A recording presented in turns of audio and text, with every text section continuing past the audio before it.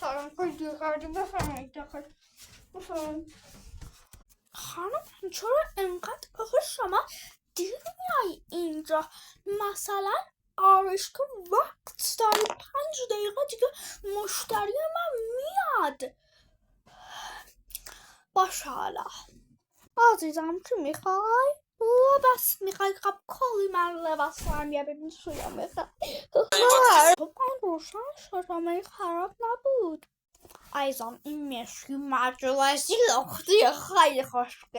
این خودم عینشو دارم خیلی خوشگله. ببین وای اینو ببین چقدر خوشگله. بخر دیگه. وای یکی خوشگل تر. راستی به شما بیا پیش خودم. ببین خاطر بچگونم دارم. همه کارامونم جنس شالیه. نمیخوای؟ برو بیرون.